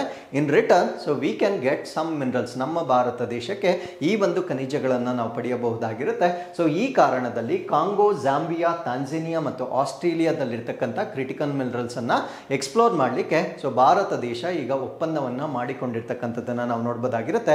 ಸೊ ಕ್ರಿಟಿಕಲ್ ಮಿನರಲ್ಸ್ ಅಲ್ಲಿ ತುಂಬಾ ಇಂಪಾರ್ಟೆಂಟ್ ಆಗಿರ್ತಕ್ಕಂಥ ಮಿನರಲ್ಸ್ ಯಾವುದು ಅಂದ್ರೆ lithium. So lithium as I told you before, ಇದನ್ನ ಬ್ಯಾಟರಿಗಳ ತಯಾರಿಕೆಯಲ್ಲಿ ಬಳಕೆ ಮಾಡ್ತೇವೆ. ಸೊ ಎರಡನೇದನ್ನ ನಾವು ಹೀಲಿಯಂ ಅಂತ ಕರಿತೇವೆ. ಸೊ ಇದನ್ನ MRI ಅಲ್ಲಿ ನಾವು ಯೂಸ್ ಮಾಡ್ತಕ್ಕಂಥದ್ದನ್ನ ನಾವು ನೋಡಬಹುದಾಗಿರುತ್ತೆ. ಸೊ ಮೂರನೇದನ್ನ ಯುರೇನಿಯಂ ಅಂತ ಕರಿತೇವೆ. ಸೊ ಇದನ್ನ ನಾವು ರೇಡಿಯೇಷನ್ ಥೆರಪಿಯಲ್ಲಿ ಯೂಸ್ ಮಾಡ್ತೇವೆ, ಅನೇಕ ಕಾಯಿಲೆಗಳನ್ನ ಕ್ಯೂರ್ ಮಾಡಲಿಕ್ಕೆ. ಸೊ ಯುರೇನಿಯಂ ಅನ್ನ ನಾವು ರೇಡಿಯೇಷನ್ ಥೆರಪಿಯಲ್ಲಿ ಯೂಸ್ ಮಾಡ್ತೇವೆ. ಸೊ ಅದಾದ್ಮೇಲೆ ಪೊಟ್ಯಾಶ್ ನಿಮಗೆ ಗೊತ್ತಿರುತ್ತೆ, ಇದನ್ನ ಫರ್ಟಿಲೈಸರ್ ಅಥವಾ ರಸಗೊಬ್ಬರವಾಗಿ ನಾವು ಯೂಸ್ ಮಾಡ್ತೇವೆ. ದೆನ್ ಇಂಡಿಯಂ, ಸೊ ಇದನ್ನ ನಾವು LCD ಸ್ಕ್ರೀನ್ಸ್ ಬರುತ್ತಲ್ವಾ, ಸೊ ಅದರಲ್ಲಿ ಯೂಸ್ ಮಾಡ್ತಕ್ಕಂಥ ಒಂದು ಮಿನರಲ್ ಆಗಿರುತ್ತೆ. ಇನ್ನೊಂದು ಸ್ಟ್ರಾನ್ಶಿಯಂ ಅಂತ ಕರಿತೇವೆ. ಸೊ ಇದನ್ನ ಫೈರ್ ವರ್ಕ್ಸ್ ಅಥವಾ ಪಟಾಕಿಗಳಲ್ಲಿ ಯೂಸ್ ಮಾಡ್ತಕ್ಕಂಥ ಒಂದು ಬಣ್ಣವನ್ನ ಪ್ರೊಡ್ಯೂಸ್ ಮಾಡ್ತಕ್ಕಂಥ ಮಿನರಲ್ ಆಗಿರುತ್ತೆ. ಸೊ ಇವೆಲ್ಲವನ್ನ ನಾವೇನಂತ ಕರಿತೀವಿ ಅಂದ್ರೆ ಕ್ರಿಟಿಕಲ್ ಮಿನರಲ್ಸ್ ಅಂತ ಹೇಳ್ತೇವೆ. ಸೊ ಇದನ್ನ ಈಗ ಎಕ್ಸ್ಪ್ಲೋರ್ ಮಾಡ್ತಕ್ಕಂಥ ಒಂದು ಅವಕಾಶವನ್ನ ಭಾರತ ಸರ್ಕಾರಕ್ಕೆ ಕೊಟ್ಟಿರ್ತಕ್ಕಂಥದ್ದನ್ನ ನಾವು ನೋಡಬಹುದಾಗಿರುತ್ತೆ. So remember the countries, one is Congo, Zambia, Tanzania ಮತ್ತು ಆಸ್ಟ್ರೇಲಿಯಾದಲ್ಲಿ ಈ ಒಂದು ಮಿನರಲ್ಸ್ ಅನ್ನ ಎಕ್ಸ್ಪ್ಲೋರ್ ಮಾಡ್ತಾ ಇರ್ತಕ್ಕಂಥದ್ದನ್ನ ನಾವು ನೋಡಬಹುದಾಗಿರುತ್ತೆ. So what is the objective, ಇದರ ಉದ್ದೇಶ ಏನು ಅಂತ ನಾವು ನೋಡೋದಾದ್ರೆ, to secure raw materials such as lithium, cobalt, nickel, copper, rare earth elements which are essential for clean energy technology ಮತ್ತೆ energy transition. So as we discuss before, so ಈ ಒಂದು ಶಕ್ತಿಯ ಪರಿವರ್ತನೆ ಏನಿದೆ, ಸೊ ಈ ಒಂದು ಫಾಸಿಲ್ ಫ್ಯೂಯಲ್ ಇಂದ ನಾವು ನಾನ್ ಫಾಸಿಲ್ ಫ್ಯೂಯಲ್ ಕಡೆಗೆ ಹೋಗಬೇಕಾಗಿದ್ರೆ ಈ ಕ್ರಿಟಿಕಲ್ ಮಿನರಲ್ಸ್ ತುಂಬಾ ಕ್ರೂಷಿಯಲ್ ಆಗಿರುತ್ತೆ. ಸೊ ಆ ಒಂದು ಸಪ್ಲೈ ಮತ್ತೆ ಇಲ್ಲಿರ್ತಕ್ಕಂಥ ಒಂದು ಅವೈಲಬಿಲಿಟಿ ಗ್ಯಾಪ್ ಏನಿದೆ, ಆ ಗ್ಯಾಪ್ ಅನ್ನ ಬ್ರಿಡ್ಜ್ ಮಾಡಲಿಕ್ಕೆ ಸೊ ಈ ಒಂದು ಮೈನಿಂಗ್ ಅಂತಕ್ಕಂಥದ್ದು ಬಹಳ ಇಂಪಾರ್ಟೆಂಟ್ ಆಗಿರುತ್ತೆ. ಸೊ ಇದರಿಂದ ಕೊಲಾಬರೇಷನ್ ಆಗಿರುತ್ತೆ. ಕೊಲಾಬರೇಷನ್ ಯಾರ ಜೊತೆ ಆಗಿರುತ್ತೆ ಅಂದ್ರೆ ಆಸ್ಟ್ರೇಲಿಯನ್ ಗವರ್ನಮೆಂಟ್ ಮತ್ತೆ ಕಾಬಿಲ್ ಜೊತೆ ಕೊಲಾಬರೇಷನ್ ಆಗಿರುತ್ತೆ. ಕಾಬಿಲ್ ನ ಫುಲ್ ಫಾರ್ಮ್ ನಿಮಗೆ ಕೇಳಬಹುದಾಗಿರುತ್ತೆ. ಇದನ್ನ ಖನಿಜ್ ಬಿದೇಶ್ ಇಂಡಿಯಾ ಲಿಮಿಟೆಡ್ ಅಂತ ಹೇಳ್ತೇವೆ. ಸೊ ಈ ಒಂದು ಕ್ರಿಟಿಕಲ್ ಮಿನರಲ್ ಬ್ಲಾಕ್ಸ್ ಅನ್ನ ಎಕ್ಸ್ಪ್ಲೋರ್ ಮಾಡಲಿಕ್ಕೆ ಆಸ್ಟ್ರೇಲಿಯಾ ಮತ್ತೆ ಕಾಬಿಲ್ ನಡುವೆ ಈಗ ಒಪ್ಪಂದ ಆಗಿರ್ತಕ್ಕಂಥದ್ದನ್ನ ನಾವು ನೋಡಬಹುದಾಗಿರುತ್ತೆ. ಅದರ ಜೊತೆಗೆ ಪಬ್ಲಿಕ್ ಸೆಕ್ಟರ್ ಯೂನಿಟ್ಸ್ ಲೈಕ್ ಕೋಲ್ ಇಂಡಿಯಾ ಆಗಿರ್ಬೋದು, NMDC ಆಗಿರ್ಬೋದು, ONGC ವಿದೇಶ್ ಲಿಮಿಟೆಡ್ ಆಗಿರ್ಬೋದು, ಸೊ ಇವು ಕೂಡ ಇನ್ವಾಲ್ವ್ ಆಗಿರುತ್ತೆ. ಬಟ್ ಮೇಜರ್ಲಿ ಇನ್ವಾಲ್ವ್ ಆಗಿರ್ತಕ್ಕಂಥದ್ದು ಕಾಬಿಲ್ ಆಗಿರುತ್ತೆ. ಅದರ ಜೊತೆಗೆ ಇವೆಲ್ಲ ಮೈನಿಂಗ್ಗೆ ಸಂಬಂಧಪಟ್ಟಿರ್ತಕ್ಕಂಥ ಕಂಪನಿಗಳು ಕೂಡ ಸೊ ಇದರ ಸಹಯೋಗವನ್ನ ಅಥವಾ ಇದರಲ್ಲಿ ತೊಡಗಿಸಿಕೊಂಡಿರ್ತಕ್ಕಂಥದ್ದನ್ನ ನಾವು ನೋಡಬಹುದಾಗಿರುತ್ತೆ. ಸೊ ಜಾಂಬಿಯಾ ಒಪ್ಪಂದ ಅಥವಾ ಪರ್ಟಿಕ್ಯುಲರ್ಲಿ ಜಾಂಬಿಯಾ ಬಗ್ಗೆ ನಾವು ಡಿಸ್ಕಸ್ ಮಾಡೋದಾದ್ರೆ, ಸೊ ಜಾಂಬಿಯಾದವರು ಇಂಡಿಯಾ ಜೊತೆ ಅಗ್ರಿಮೆಂಟ್ ಅನ್ನ ಮಾಡ್ಕೊಂಡಿರ್ತಾರೆ. ಏನಂತ ಅಗ್ರಿಮೆಂಟ್ ಮಾಡ್ಕೊಂಡಿರ್ತಾರೆ ಅಂದ್ರೆ, green field area of 9000 square kilometres for exploration of cobalt ಮತ್ತೆ ಕಾಪರ್. ಸೊ ಜಾಂಬಿಯಾದಲ್ಲಿ ಪರ್ಟಿಕ್ಯುಲರ್ ಆಗಿ ಕೋಬಾಲ್ಟ್ ಮತ್ತೆ ಕಾಪರ್, ಸೊ ಕೋಬಾಲ್ಟ್ ಮತ್ತೆ ತಾಮ್ರವನ್ನ ಎಕ್ಸ್ಪ್ಲೋರ್ ಮಾಡಲಿಕ್ಕೆ 9000 ಸ್ಕ್ವೇರ್ ಕಿಲೋಮೀಟರ್ಸ್ ಅಷ್ಟು ಪ್ರದೇಶದಲ್ಲಿ ಸೊ ಭಾರತ ಮತ್ತೆ ಜಾಂಬಿಯಾ ನಡುವೆ ಆಗಿರ್ತಕ್ಕಂಥ ಅಗ್ರಿಮೆಂಟ್ ಆಗಿರುತ್ತೆ.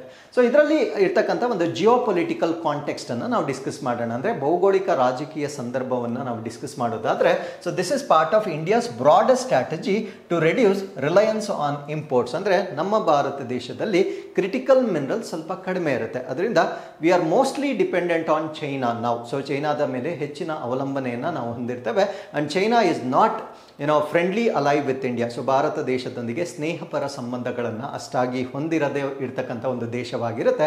ಸೊ ಅದರಿಂದ ಆ ರೀತಿಯ ದೇಶಗಳ ಮೇಲೆ ಅವಲಂಬನೆಯನ್ನು ಕಡಿಮೆ ಮಾಡಿ ಸೆಲ್ಫ್ ರಿಲಯನ್ಸ್ ಅಥವಾ ಸ್ವಾವಲಂಬನೆಯನ್ನು ಸಾಧಿಸ್ತಕ್ಕಂಥ ಭಾರತ ದೇಶದ ಒಂದು ಗುರಿ ಏನಿರುತ್ತೆ, ಸೊ ಆ ಒಂದು ಗುರಿಯನ್ನು ಮೀಟ್ ಮಾಡಲಿಕ್ಕೆ ಈ ರೀತಿಯ ಕೊಲಾಬ್ರೇಷನ್ಸ್ ನಮಗೆ ಸಪೋರ್ಟ್ ಮಾಡ್ತಕ್ಕಂಥದ್ದನ್ನು ನಾವು ನೋಡ್ಬೋದಾಗಿರುತ್ತೆ. ಅದರ ಜೊತೆಗೆ the national critical mineral mission, so with a total outlay of 34,300 crore over 7 years, aims to promote exploration of critical minerals within the country and offshore locations. ಅಂದರೆ ನಮ್ಮ ಭಾರತ ದೇಶದಲ್ಲಿ ಮುಂದಿನ 7 ವರ್ಷಗಳಿಗೆ ಒಂದು 34,300 ಕೋಟಿ ವೆಚ್ಚದಲ್ಲಿ ರಾಷ್ಟ್ರೀಯ ಖನಿಜಗಳ ನಿರ್ಣಾಯಕ ಮಿಷನ್ ಅನ್ನ ಸ್ಟಾರ್ಟ್ ಮಾಡಿರುತ್ತೆ.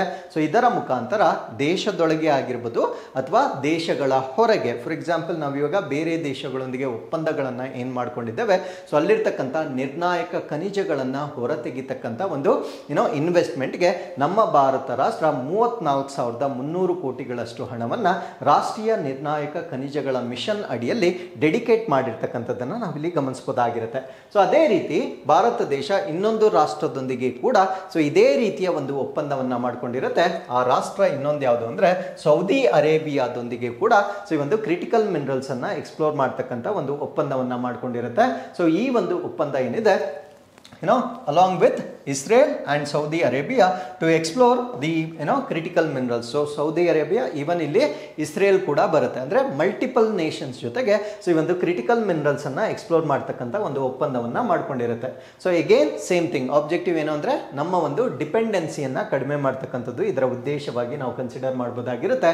ಸೊ ಇದರಲ್ಲಿ ಪರ್ಟಿಕ್ಯುಲರ್ಲಿ ನಾವು ಇಸ್ರೇಲ್ ಜೊತೆ ಕೊಲಾಬರೇಷನ್ ಅನ್ನ ನಾವು ನೋಡಿದಾಗ, so involves technology transfer for extracting potassium from sea water and incorporating artificial intelligence in mining process. ಅಂದ್ರೆ ಈ ಒಂದು ಗಣಿಗಾರಿಕೆ ಪದ್ಧತಿಯಲ್ಲಿ ಕೃತಕ ಬುದ್ಧಿಮತ್ತೆಯನ್ನ ಹೆಚ್ಚು ಮಾಡ್ತಕ್ಕಂಥದ್ದು, ಅದರ ಜೊತೆಗೆ ಸಮುದ್ರ ನೀರಿನಲ್ಲಿರ್ತಕ್ಕಂಥ ಪೊಟ್ಯಾಷಿಯಂ ಏನಿರುತ್ತೆ ಸೊ ಅದನ್ನ ಎಕ್ಸ್ಟ್ರಾಕ್ಟ್ ಮಾಡಲಿಕ್ಕೆ ನಾವು ಟೆಕ್ನಾಲಜಿಯನ್ನ ಟ್ರಾನ್ಸ್ಫರ್ ಮಾಡ್ತೇವೆ. ಟೆಕ್ನಾಲಜಿ ಟ್ರಾನ್ಸ್ಫರ್ ಅಂದ್ರೆ ಆ ಒಂದು ತಂತ್ರಜ್ಞಾನವನ್ನ ಮಾತ್ರ ನಾವು ಅವ್ರ ಜೊತೆ ಶೇರ್ ಮಾಡ್ತೇವೆ, ಬಟ್ ಅದನ್ನ ಎಕ್ಸಿಕ್ಯೂಟ್ ಮಾಡ್ತಕ್ಕಂಥದ್ದು ಇಸ್ರೇಲ್ ರಾಷ್ಟ್ರದವರೇ ಅದನ್ನ ಕಾರ್ಯರೂಪಕ್ಕೆ ತರ್ತಾರೆ. ಬಟ್ ಅದಕ್ಕೆ ಬೇಕಾಗಿರ್ತಕ್ಕಂಥ ತಂತ್ರಜ್ಞಾನವನ್ನು ಮಾತ್ರ ಭಾರತ ದೇಶದಿಂದ ಒದಗಿಸ್ತಕ್ಕಂಥದ್ದನ್ನು ನಾವಿಲ್ಲಿ ನೋಡ್ಬೋದಾಗಿರುತ್ತೆ. ಸೊ ಇದರಿಂದ ಆಗ್ತಕ್ಕಂಥ ಎಕನಾಮಿಕ್ ಇಂಪ್ಯಾಕ್ಟ್ ಏನು, ಆರ್ಥಿಕ ಪರಿಣಾಮ ಏನು ಅಂತ ನಾವು ನೋಡೋದಾದ್ರೆ, ಅಫ್ಕೋರ್ಸ್ ಇಲ್ಲಿ ಎಂಪ್ಲಾಯ್ಮೆಂಟ್ ಜಾಸ್ತಿ ಆಗುತ್ತೆ, ರೆವಿನ್ಯೂ ಜನರೇಷನ್ ಜಾಸ್ತಿ ಆಗುತ್ತೆ. ಸೊ ಇದರಿಂದ ನಮ್ಮ ಭಾರತ ದೇಶದ ಓವರ್ ಆಲ್ ಎಕನಾಮಿಕ್ ಡೆವಲಪ್ಮೆಂಟ್ ಏನಿರುತ್ತೆ ಸೊ ಅದಕ್ಕೆ ಬೂಸ್ಟ್ ಆಗ್ತಕ್ಕಂಥದ್ದನ್ನು ನಾವಿಲ್ಲಿ ಗಮನಿಸಬಹುದಾಗಿರುತ್ತೆ. So with this let's get into question number 7. So ಭಾರತದ ಮೊದಲ ಕೈಗಾರಿಕಾ ಪ್ರಮಾಣದ PLA ಬಯೋಪಾಲಿಮರ್ ಸ್ಥಾವರಕ್ಕೆ ಬಲರಾಂಪುರಂ ಚೀನಿ ಮಿಲ್ಸ್ ಲಿಮಿಟೆಡ್ ಎಲ್ಲಿ ಅಡಿಪಾಯ ಹಾಕಲಾಗಿದೆ. So whereas Balrampur Chini mills limited laid the foundation for India's first industrial scale PLA biopolymer plant. So ನಾನು ಮಾತಾಡ್ತಾ ಇರ್ತಕ್ಕಂಥದ್ದು ಒಂದು ಬಯೋಪಾಲಿಮರ್ ಪ್ಲಾಂಟ್ ಬಗ್ಗೆ ಮಾತಾಡ್ತಾ ಇದ್ದೇನೆ. ಬಯೋಪಾಲಿಮರ್ ಪ್ಲಾಂಟ್ ಅಂದರೆ ಸೊ ನಾವು ಬಳಸ್ತಕ್ಕಂಥ ಒಂದು ಪ್ಲಾಸ್ಟಿಕ್, PVC ಪೈಪ್ ಇರ್ಬೋದು ಅಥವಾ ಪ್ಲಾಸ್ಟಿಕ್ ಇರ್ಬೋದು, ಇದೆಲ್ಲ ನಾನ್ ಬಯೋಡಿಗ್ರೇಡಬಲ್ ಆಗಿರುತ್ತೆ, ಅಂದರೆ ಜೈವಿಕವಾಗಿ ಅವು ವಿಘಟನೆಗೊಳ್ಳೋದಿಲ್ಲ. ಸೊ ಅದರಿಂದ ಅದು ನಮ್ಮ ಪರಿಸರಕ್ಕೆ ಹೆಚ್ಚಿನ ಒಂದು ಹಾನಿಯನ್ನು ಉಂಟು ಮಾಡ್ತಕ್ಕಂಥದ್ದನ್ನು ನಾವು ನೋಡ್ಬೋದಾಗಿರುತ್ತೆ. ಸೊ ಅದನ್ನು ಪ್ರಿವೆಂಟ್ ಮಾಡಲಿಕ್ಕೆ ಜೈವಿಕವಾಗಿ ವಿಘಟನೆಗೊಳ್ಳಬಲ್ಲ ಒಂದು ಪಾಲಿಮರನ್ನು ಡೆವಲಪ್ ಮಾಡ್ತಕ್ಕಂಥ ಒಂದು ಸ್ಥಾವರವನ್ನ ಈಗ ಸ್ಥಾಪನೆ ಮಾಡಿರ್ತಾರೆ. ಸೊ ಅದನ್ನ ಎಲ್ಲಿ ಸ್ಥಾಪನೆ ಮಾಡಿದ್ದಾರೆ ಅನ್ನೋದು ನಮ್ಮ ಪ್ರಶ್ನೆ ಆಗಿರುತ್ತೆ. ಈ ಪ್ರಶ್ನೆಗೆ ಸರಿಯಾದ ಉತ್ತರ ಕುಂಬಿ, ಉತ್ತರ ಪ್ರದೇಶದಲ್ಲಿ ಅದನ್ನ ಸ್ಥಾಪನೆ ಮಾಡಿರ್ತಕ್ಕಂಥದ್ದನ್ನ ನಾವು ನೋಡಬಹುದಾಗಿರುತ್ತೆ. So Uttar Pradesh is home to India's first biopolymer plant. So ಭಾರತ ದೇಶದ ಮೊಟ್ಟ ಮೊದಲ ಬಯೋಪಾಲಿಮರ್ ಸ್ಥಾವರಕ್ಕೆ ಉತ್ತರ ಪ್ರದೇಶ ನೆಲೆ ಆಗಿರ್ತಕ್ಕಂಥದ್ದನ್ನ ನಾವು ನೋಡಬಹುದಾಗಿರುತ್ತೆ. ಸೊ ಆ ಒಂದು ಪ್ಲೇಸ್ ಅನ್ನ ನಾವು ಏನಂತ ಕರಿತೀವಿ ಅಂದ್ರೆ ಬಲರಾಂಪುರ್ ಚೀನಿ ಮಿಲ್ಸ್ ಲಿಮಿಟೆಡ್ ಅಂತ ಕರಿತೇವೆ. ಸೊ ಈ ಒಂದು ಬಲರಾಂಪುರ್ ಚೀನಿ ಮಿಲ್ಸ್ ಲಿಮಿಟೆಡ್ ವತಿಯಿಂದ so it has laid foundation for India's first industrial polylactic acid biopolymer. So polylactic acid ಅನ್ನ ಇನ್ ಶಾರ್ಟ್ ನಾವು PLA ಅಂತ ಹೇಳ್ತೇವೆ. ಸೊ ಇದನ್ನ ಉತ್ತರ ಪ್ರದೇಶದ ಕುಂಬಿಯಲ್ಲಿ ಈಗ ಫೌಂಡೇಶನ್ ಮಾಡಿರ್ತಕ್ಕಂಥದ್ದನ್ನ ನಾವು ನೋಡಬಹುದಾಗಿರುತ್ತೆ. ನಾವು what you mean by PLA ಅನ್ನ ನಾವು ಏನರಿಂದ ತಯಾರಿ ಮಾಡ್ತೀವಿ ಅಂದ್ರೆ ಕಾರ್ನ್, ಜೋಳದಿಂದ ಮಾಡ್ತೇವೆ, ಶುಗರ್ ಕೇನ್, ಅದಾದ್ಮೇಲೆ ಕಸಾವದಿಂದ ಮಾಡ್ತೇವೆ. ಸೊ ಇದರಿಂದ ನಮ್ಗಾಗ್ತಕ್ಕಂಥ ಪ್ರಯೋಜನ ಏನು ಅಂದ್ರೆ ಸೊ ಇದು ಬಯೋಡಿಗ್ರೇಡಬಲ್ ಆಗಿರುತ್ತೆ, ಅಂದ್ರೆ ಅದು ಜೈವಿಕವಾಗಿ ವಿಘಟನೆಗೊಳ್ಳುವ ಕಾರಣದಿಂದ ನಮ್ಮ ಪರಿಸರದ ಮೇಲೆ ಯಾವುದೇ ರೀತಿಯ ದುಷ್ಪರಿಣಾಮಗಳನ್ನು ಬೀರೋದಿಲ್ಲ. So it will produce biopolymers using biological methods, ಅಂದ್ರೆ ಜೈವಿಕ ವಿಧಾನಗಳನ್ನು ಬಳಸಿಕೊಂಡು ಸೊ ಇಲ್ಲಿ ಬಯೋಪಾಲಿಮರ್ಗಳನ್ನು ಡೆವಲಪ್ ಮಾಡಲಾಗುತ್ತೆ. ಸೊ ಇದು ಈಕೋ ಫ್ರೆಂಡ್ಲಿ ಇಂಡಸ್ಟ್ರಿಗಳನ್ನು ಡೆವಲಪ್ ಮಾಡ್ತಕ್ಕಂಥದ್ದು, ಅಂದ್ರೆ ಪರಿಸರ ಸ್ನೇಹಿಯಾಗಿ ಕೈಗಾರಿಕೆಗಳನ್ನು ಅಭಿವೃದ್ಧಿಪಡಿಸ್ತಕ್ಕಂಥದ್ದು ಇದರ ಉದ್ದೇಶವಾಗಿರುತ್ತೆ. ಸೊ ಈ ಪ್ರಾಜೆಕ್ಟ್ ಏನಿದೆ it is going to replace plastic with sustainable biopolymers. So ನಾವು ಬಳಸ್ತಕ್ಕಂಥ ಪ್ಲಾಸ್ಟಿಕ್ ಏನಿರುತ್ತೆ ಸೊ ಅದು ಸುಸ್ಥಿರವಾಗಿರ್ತಕ್ಕಂಥ ಬಯೋಪಾಲಿಮರ್ಗಳಿಂದ ಅದು ರೀಪ್ಲೇಸ್ ಆಗ್ತಕ್ಕಂಥದ್ದನ್ನು ನಾವು ನೋಡಬಹುದಾಗಿರುತ್ತೆ. ಸೊ ಅದ್ರ ಜೊತೆಗೆ ನಮ್ಮ ಭಾರತ ದೇಶದಲ್ಲಿ ಸೆಲ್ಫ್ ರಿಲಯನ್ಸ್ ಅಂಡ್ ಸಸ್ಟೈನಬಿಲಿಟಿ ಏನಿದೆ ಸೊ ಈ ಒಂದು ಗೋಲ್ ಅನ್ನ ಮುಟ್ಲಿಕ್ಕೂ ಕೂಡ ಸೊ ಇದು ಒಂದು ಉತ್ತಮವಾಗಿರ್ತಕ್ಕಂಥ ಒಂದು ಡೆವಲಪ್ಮೆಂಟ್ ಆಗಿರುತ್ತೆ. So with this we have come to snippets. 15th death anniversary of Bharat Ratna Nanaji Deshmukh. So Bharat Ratna ಗಳಿಸಿರ್ತಕ್ಕಂಥ ನಾನಾಜಿ ದೇಶ್ಮುಖ್ ರವರ 15ನೇ ಪುಣ್ಯತಿಥಿ ಬಗ್ಗೆ ನಾವು ಡಿಸ್ಕಸ್ ಮಾಡ್ತಾ ಇದ್ದೇವೆ. ಸೊ ಇದು 15ನೇ ಡೆತ್ ಆನಿವರ್ಸರಿ ಆಗಿರುತ್ತೆ. ಸೊ ಇವರಿಗೆ ಭಾರತ ರತ್ನ ಬಂದಿರುತ್ತೆ. ಸೊ ಇವರನ್ನ ನಾವು ನಾನಾಜಿ ದೇಶ್ಮುಖ್ ಅಂತ ಹೇಳ್ತೇವೆ. ಸೊ ಇವರ ಕಾಂಟ್ರಿಬ್ಯೂಷನ್ಸ್ ಏನು ಅಂತ ನಾವಿಲ್ಲಿ ಡಿಸ್ಕಸ್ ಮಾಡೋದಾದ್ರೆ, ಇವರು ಸ್ಟಾಂಚ್ ನ್ಯಾಷನಲಿಸ್ಟ್ ಥಿಂಕರ್ ಆಗಿರ್ತಾರೆ, ಅಂದ್ರೆ ಕಟ್ಟ ರಾಷ್ಟ್ರೀಯತಾವಾದಿ ಚಿಂತಕರಾಗಿರ್ತಾರೆ. ಸೊ ಅದ್ರ ಜೊತೆಗೆ he was a key figure ಇನ್ ರಾಷ್ಟ್ರೀಯ ಸ್ವಯಂ ಸೇವಕ್ ಸಂಘ ಅಥವಾ RSS ಅಂಡ್ ಭಾರತೀಯ ಜನಸಂಘ. ಸೊ ಇವೆರಡು ಸಂಸ್ಥೆಗಳೇನಿರುತ್ತೆ ಅಥವಾ ಸಂಘಗಳೇನಿರ್ತವೆ ಸೊ ಅದರಲ್ಲಿ ಪ್ರಮುಖ ವ್ಯಕ್ತಿಯಾಗಿ ನಾವು ಇವರನ್ನ ಕನ್ಸಿಡರ್ ಮಾಡಬಹುದಾಗಿರುತ್ತೆ. So he played a pivotal role in expanding the Jana Sangh. So ಈ ಒಂದು ಜನಸಂಘವನ್ನ ವಿಸ್ತರಣೆ ಮಾಡಲಿಕ್ಕೆ ಇವರು ಸಾಕಷ್ಟು ಕಾಂಟ್ರಿಬ್ಯೂಷನ್ ಮಾಡಿರ್ತಾರೆ. ಸೊ ಅದ್ರ ಜೊತೆಗೆ he was instrumental in formation of the Janata party. So Janata Janata ಪಾರ್ಟಿಯನ್ನು ಸ್ಥಾಪನೆ ಮಾಡಲಿಕ್ಕೆ ಸೊ ಇವರು ಪ್ರಮುಖ ಪಾತ್ರ ವಹಿಸಿರ್ತಕ್ಕಂಥದ್ದನ್ನು ನಾವು ನೋಡ್ಬೋದಾಗಿರುತ್ತೆ. ಸೊ ಅದ್ರ ಜೊತೆಗೆ he dedicated his life to social service, ಸಮಾಜ ಸೇವೆಗೆ ತಮ್ಮ ಜೀವನವನ್ನು ಮುಡುಪಾಗಿಟ್ಟಿರ್ತಾರೆ. ಅದ್ರ ಜೊತೆಗೆ rural development and philosophy of integrated humanism, ಅಂದರೆ ಅವರು ಯಾವುದರಲ್ಲಿ ನಂಬಿಕೆಯನ್ನು ಹೊಂದಿರ್ತಾರೆ ಅಂದರೆ ಗ್ರಾಮೀಣ ಅಭಿವೃದ್ಧಿ ಮತ್ತು ಮಾನವತಾವಾದ ಏನಿರುತ್ತೆ ಸೊ ಈ ಒಂದು ತತ್ವಶಾಸ್ತ್ರದ ಮೇಲೆ ಹೆಚ್ಚಿನ ನಂಬಿಕೆಯನ್ನು ಹೊಂದಿದ್ದ ವ್ಯಕ್ತಿಯಾಗಿ ಇವರನ್ನು ಕನ್ಸಿಡರ್ ಮಾಡ್ಬೋದಾಗಿರುತ್ತೆ. ಸೊ ಇವರ ಲೆಗಸಿ ಮತ್ತು ರೆಕಗ್ನಿಷನ್ಸ್, ಅವರ ಪರಂಪರೆ ಮತ್ತು ಅವರಿಗೆ ಸಿಕ್ಕಿರ್ತಕ್ಕಂಥ ಮನ್ನಣೆಗಳೇನು ಅಂತ ನಾವು ಚೆಕ್ ಮಾಡೋದಾದರೆ ಸೊ ಈ ವಾಸ್ ಪೋಸ್ಟ್ ಥಾಮಸ್ಲಿ, ಅಂದರೆ ಮರಣೋತ್ತರವಾಗಿ 2019 ಇಸ್ವಿಯಲ್ಲಿ ಇವರಿಗೆ ಭಾರತ ರತ್ನವನ್ನು ನೀಡಿ ಗೌರವಿಸಲಾಗುತ್ತೆ. He is remembered for his efforts in realising the concept of Antyodaya. So Antyodaya ಅಂತ ನಾವೇನು ಹೇಳ್ತೇವೆ, ಅಂತ್ಯೋದಯ ಅಂದರೆ ಅಪ್ಲಿಫ್ಟ್ಮೆಂಟ್ ಆಫ್ ಮೋಸ್ಟ್ ಮಾರ್ಜಿನಲೈಸ್ಡ್. ಇದರ ಅರ್ಥ ಏನಂದರೆ ಅತ್ಯಂತ ಅಂಚಿನಲ್ಲಿರ್ತಕ್ಕಂಥವರ ಉನ್ನತಿ ಏನಿರುತ್ತೆ ಅದನ್ನು ರಿಯಲೈಸ್ ಮಾಡ್ತಕ್ಕಂಥ ಇವರ ಒಂದು ಕನಸೇನಿರುತ್ತೆ ಸೊ ಆ ಕನಸಿಗಾಗಿ ಇವರು ಹೆಚ್ಚು ನೆನಪಿರ್ತಕ್ಕಂಥ ವ್ಯಕ್ತಿ ಆಗಿರ್ತಾರೆ. ಸೊ ಅದ್ರ ಜೊತೆಗೆ ಗ್ರಾಮೋದಯ, ಸೊ ಗ್ರಾಮೋದಯವನ್ನು ಮಾಡುವ ಮುಖಾಂತರ ಅಂತ್ಯೋದಯವನ್ನು ಮಾಡ್ತಕ್ಕಂಥ ಇವರ ಒಂದು ಆಬ್ಜೆಕ್ಟಿವ್ ಏನಿರುತ್ತೆ ಸೊ ಈ ಕಾರಣಕ್ಕಾಗಿ ಇವರನ್ನು ಹೆಚ್ಚು ಸ್ಮರಿಸ್ತಕ್ಕಂಥದ್ದನ್ನು ನಾವಿಲ್ಲಿ ನೋಡ್ಬೋದಾಗಿರುತ್ತೆ. ಸೊ ವರ್ಲ್ಡ್ NGO ಡೇ ಅಥವಾ ವಿಶ್ವ NGO ದಿನವನ್ನು ಸೊ ನಾವು ಫೆಬ್ರವರಿ 27 ಆಚರಣೆ ಮಾಡ್ತೇವೆ. ಸೊ ಈ ವರ್ಷದ ಥೀಮ್ ಏನಾಗಿರುತ್ತೆ ಅಂದರೆ empowering grass root movements for sustainable future, ಅಂದರೆ ಸುಸ್ಥಿರ ಅಭಿವೃದ್ಧಿಗಾಗಿ ತಳಮಟ್ಟದ ಚಳುವಳಿಗಳನ್ನು ಸಬಲೀಕರಣಗೊಳಿಸ್ತಕ್ಕಂಥದ್ದು ಸೊ ಈ ವರ್ಷದ ಥೀಮ್ ಆಗಿ ನಾವು ಕನ್ಸಿಡರ್ ಮಾಡ್ಬೋದಾಗಿರುತ್ತೆ. ಸೊ ನ್ಯಾಷನಲ್ ಸೈನ್ಸ್ ಡೇ 2025, ರಾಷ್ಟ್ರೀಯ ವಿಜ್ಞಾನ ದಿನ 2025. ಸೊ ಈ ದಿನವನ್ನು ಪ್ರತಿ ವರ್ಷ ಫೆಬ್ರವರಿ 28 ಆಚರಣೆ ಮಾಡಲಾಗುತ್ತೆ. ಸೊ ಈ ದಿನದ ಮಹತ್ವವೇನು ಅಂದರೆ so it commemorates the discovery of Raman effect by eminent physicist sir CV Raman. So sir CV Raman so ಇವರೊಬ್ಬರು ಪ್ರಖ್ಯಾತ ಭೌತಶಾಸ್ತ್ರಜ್ಞರಾಗಿರ್ತಾರೆ. ಇವರು ಒಂದು ಕಾನ್ಸೆಪ್ಟನ್ನು ಡಿಸ್ಕವರಿ ಮಾಡ್ತಾರೆ, ಅದನ್ನು ನಾವು ರಾಮನ್ ಎಫೆಕ್ಟ್ ಅಂತ ಹೇಳ್ತೇವೆ. ಸೊ ಅದನ್ನು ಕಂಡು ಹಿಡಿದ ನೆನಪಿಗಾಗಿ ನಮ್ಮ ಭಾರತ ದೇಶದಲ್ಲಿ ಈ ಒಂದು ನ್ಯಾಷನಲ್ ಸೈನ್ಸ್ ಡೇಯನ್ನು ಸೆಲೆಬ್ರೇಟ್ ಮಾಡ್ತಕ್ಕಂಥದ್ದನ್ನು ನಾವು ನೋಡ್ಬೋದಾಗಿರುತ್ತೆ. ಸೊ CV ರಾಮನ್ ಬಗ್ಗೆ ವೆರಿ ಇಂಪಾರ್ಟೆಂಟ್ ಇನ್ಫಾರ್ಮೇಷನ್ ನಾವು ಡಿಸ್ಕಸ್ ಮಾಡೋದಾದರೆ ಸೊ 1930 1930ರಲ್ಲಿ ಸೊ ಈ ಒಂದು ಡಿಸ್ಕವರಿಗಾಗಿ ಇವರಿಗೆ ನೊಬೆಲ್ ಪ್ರೈಸನ್ನು ನೀಡಲಾಗುತ್ತೆ. ಸೊ ಅದ್ರ ಜೊತೆಗೆ ಈ ವರ್ಷದ ಥೀಮ್ ಏನಾಗಿರುತ್ತೆ ಅಂದರೆ empowering Indian youth for global leadership in science and innovation for Viksit Bharat. So ನಮ್ಮ ಭಾರತ ದೇಶದಲ್ಲಿ ವಿಕಸಿತ್ ಭಾರತ್ಗಾಗಿ ಅಂದರೆ ಮುಂದುವರೆದ ರಾಷ್ಟ್ರವನ್ನಾಗಿ ಮಾಡ್ತಕ್ಕಂಥ ಕನಸೇನಿದೆ ಸೊ ಇದಕ್ಕಾಗಿ ವಿಜ್ಞಾನ ಮತ್ತು ನಾವೀನ್ಯತೆಯಲ್ಲಿ ಜಾಗತಿಕ ನಾಯಕತ್ವಕ್ಕಾಗಿ ಭಾರತೀಯ ಯುವಕರನ್ನು ಸಬಲೀಕರಣಗೊಳಿಸ್ತಕ್ಕಂಥದ್ದು ಸೊ ಈ ವರ್ಷದ ಥೀಮ್ ಆಗಿ ನಾವು ಕನ್ಸಿಡರ್ ಮಾಡ್ಬೋದಾಗಿರುತ್ತೆ. ಸೊ ನೆಕ್ಸ್ಟ್ ಬರುತ್ತೆ ಹೆರಾತ್ ಫೆಸ್ಟಿವಲ್ ಅಥವಾ ಹೆರಾತ್ ಉತ್ಸವ ಅಂತ ಬರುತ್ತೆ. ಸೊ ಈ ಒಂದು ಉತ್ಸವವನ್ನು ಕಾಶ್ಮೀರಿ ಪಂಡಿತ್ ಕಮ್ಯುನಿಟಿ ಏನಿರುತ್ತೆ ಅಂದರೆ ಕಾಶ್ಮೀರದಲ್ಲಿರ್ತಕ್ಕಂಥ ಪಂಡಿತರ ಸಮುದಾಯ ಏನಿರುತ್ತೆ ಸೊ ಅವರು ಸೆಲೆಬ್ರೇಟ್ ಮಾಡ್ತಕ್ಕಂಥ ಒಂದು ಹಬ್ಬವಾಗಿರುತ್ತೆ. ಇದನ್ನು ಸಾಮಾನ್ಯವಾಗಿ ಮಹಾಶಿವರಾತ್ರಿ ಸಮಯದಲ್ಲಿ ಸೆಲೆಬ್ರೇಟ್ ಮಾಡ್ತಕ್ಕಂಥ ಒಂದು ಫೆಸ್ಟಿವಲ್ ಆಗಿರುತ್ತೆ. ಸೊ ಈ ಒಂದು ಫೆಸ್ಟಿವಲ್ ಏನಿರುತ್ತೆ the typically begins on 13th day of Falgun which falls in February or March and lasts until new moon. ಅಂದರೆ ಇದು ಸಾಮಾನ್ಯವಾಗಿ ಫೆಬ್ರವರಿ ಅಥವಾ ಮಾರ್ಚ್ನಲ್ಲಿ ಬರ್ತಕ್ಕಂಥ ಫಾಲ್ಗುಣ ಮಾಸದ 13ನೇ ದಿನದಂದು ಪ್ರಾರಂಭವಾಗುತ್ತೆ. ಸೊ ಅದ್ರ ಜೊತೆಗೆ ಇದು ಅಮಾವಾಸ್ಯೆವರೆಗೂ ಕಂಟಿನ್ಯೂ ಆಗ್ತಕ್ಕಂಥ ಒಂದು ಹಬ್ಬವಾಗಿ ನಾವು ಕನ್ಸಿಡರ್ ಮಾಡ್ಬೋದಾಗಿರುತ್ತೆ. ಸೊ ಈ ಒಂದು ಹೆರಾತ್ ಅಂತಕ್ಕಂಥ ಒಂದು ಪದ ಏನಿದೆ ಸೊ ಇದು ಹರ್ ರಾತ್ರಿ ಎಂದು ಕರೀತಕ್ಕಂಥ ಒಂದು ಪದದಿಂದ ಬಂದಿರತಕ್ಕಂಥ ಒಂದು ಹಬ್ಬದ ಹೆಸರಾಗಿರುತ್ತೆ. ಹರ್ ರಾತ್ರಿ ಅಂದರೆ ನೈಟ್ ಆಫ್ ಹರ ಅಥವಾ ಶಿವನ ಅಥವಾ ಲಾರ್ಡ್ ಶಿವ ಇರ್ತಾರಲ್ವಾ ಸೊ ಅವರ ಹೆಸರಿನಲ್ಲಿ ಆಚರಣೆ ಮಾಡ್ತಕ್ಕಂಥ ಒಂದು ಹಬ್ಬವಾಗಿರೋದ್ರಿಂದ ಹರನ ರಾತ್ರಿ ಅಂತ ಕರಿತೇವೆ. ಸೊ ಅದಕ್ಕೆ ಈ ಹಬ್ಬಕ್ಕೆ ಹೆರಾತ್ ಅಂತ ಹೆಸರಿಟ್ಟಿರ್ತಕ್ಕಂಥದ್ದನ್ನು ನಾವು ನೋಡ್ಬೋದಾಗಿರುತ್ತೆ. ಸೊ ಇದು ಲಾರ್ಡ್ ಶಿವ ಮತ್ತು ಪಾರ್ವತಿ ಸೊ ಇವರ ಸೀಕ್ರೆಟ್ ಯೂನಿಯನ್ ಏನಿದೆ ಸೊ ಅದನ್ನು ಸಿಂಬಲೈಸ್ ಮಾಡ್ತಕ್ಕಂಥ ಒಂದು ಹಬ್ಬವಾಗಿ ಕೂಡ ನಾವು ಇದನ್ನು ಕನ್ಸಿಡರ್ ಮಾಡ್ಬೋದಾಗಿರುತ್ತೆ. ಸೊ ಇಲ್ಲಿಗೆ ಇವತ್ತಿನ ಎಲ್ಲ ಅಪ್ಡೇಟ್ಸ್ಗಳು ಕಂಪ್ಲೀಟ್ ಆಗಿರುತ್ತೆ. So with this we have come to inquest challenge number 824. You can just pause the video here. So this is question number 1. So you read the question and give the answers in comments, and this is question number 2. So ಇಲ್ಲಿಗೆ ಇವತ್ತಿನ ಎಲ್ಲ ಅಪ್ಡೇಟ್ಸ್ಗಳು complete ಆಗಿರುತ್ತೆ. So ಮತ್ತೊಮ್ಮೆ ನಾನು ಮುಂದಿನ ಅಪ್ಡೇಟ್ಸ್ನೊಂದಿಗೆ ನಾನು ನಿಮ್ಮನ್ನು ಭೇಟಿ ಆಗ್ತೇನೆ. ಸೊ ಅಲ್ಲಿವರೆಗೂ keep reading, take care of yourselves, and thank you very much for watching this.